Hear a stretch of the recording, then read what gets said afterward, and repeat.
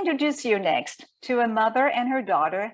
They are Kathleen and Sara Burkinshaw.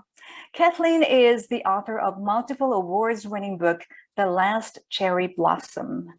It is a story about her mother who was in Hiroshima when the atomic bomb was dropped. Also, this book is recommended for teachers and students as an educational material on nuclear issues by the United Nations Office for Disarmament Affairs. Here is their video message. Good morning. I want to thank you all for inviting us and letting us be here live today. I am a second-generation Hibakusha, but I didn't know my mother was from Hiroshima until I was 11. I wouldn't learn of her horrific memories until I was 31 years old and very ill and diagnosed with reflex sympathetic dystrophy, a chronic progressive neurological pain disease that affects the sympathetic nervous system and the immune system. Doctors have said that the deficiencies in my immune system are due to the radiation my mother was exposed to in the atomic bomb. On the morning of August 6th, 76 years ago, my mother was outside chatting with her best friend when an ear-shattering popping noise and an intense burst of white light caused the ground to shake as they just clung to each other and screamed. By the end of that day, my mother would have watched her beloved papa die, lost her best friend, and her home was destroyed. Over the next few years, she would lose the family that she grew up with due to radiation sickness. My mother was only 12 years old, yet she was old enough to remember these horrifying memories that kept reliving in her nightmares for her entire life. They were always worse in August, but she had them until she passed away at the age of 82 in 2015. My mother lost so much that day, yet she never lost her ability to love. But I did witness and live through her scarring from the atomic bombing as I watched and reacted to her PTSD symptoms. I also live with it now as I battle reflex sympathetic dystrophy each day.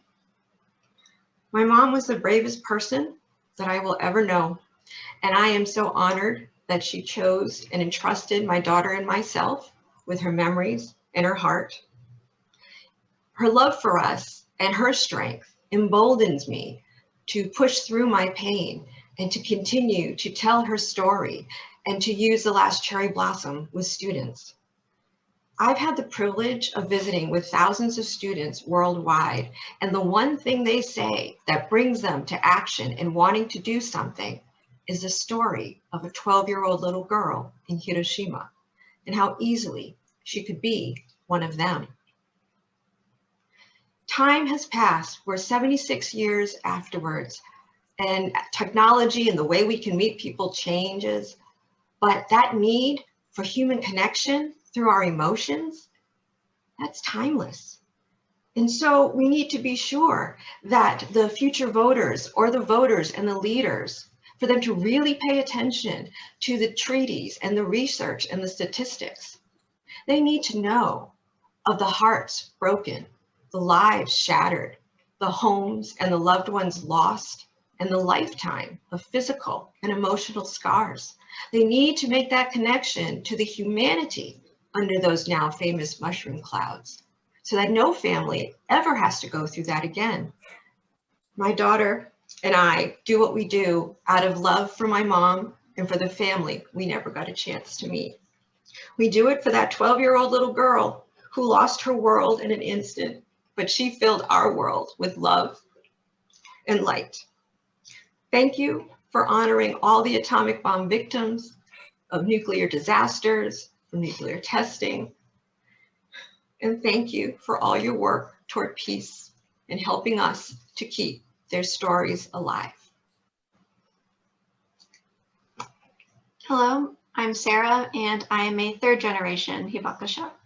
And I remember being in 7th grade in my social studies class, and we were learning about World War II. We had learned about World War II for a few years now, but this was the first time we talked about Japan, specifically Hiroshima and Nagasaki. Out of our entire textbook, Hiroshima and Nagasaki only had 2 paragraphs and 1 picture, which was the famous mushroom cloud. At the end of the day, all my classmates could talk about was how cool this mushroom cloud looked. They were laughing and making jokes, and it made me so angry. I was so upset. My grandma was under that cloud. We lost family that day and in the years afterwards. And I went home that day still very upset. And I talked to my mom and I asked her if she would come in and speak to them about my grandma's story, because I knew they weren't trying to be mean. They weren't being malicious. They just didn't know. They didn't understand. And I wanted them to. And with my grandma's permission, my mom came in and spoke with them. And it really made a difference. And that was the beginning of The Last Cherry Blossom. And now as an adult, I still believe that when people throw around wanting to nuke other countries and talking about nuclear warfare as if it's nothing, I know that they just don't understand. I know they're not bad people, and that if we can continue to share the stories and the memories of survivors like my grandma, of the people who lost their lives that day, and later on the people who suffered, I really believe that we can make a difference. They were people just like us. They liked to listen to jazz music. They went to school, they went to work, they had friends. They just wanted peace. They wanted the war to be over.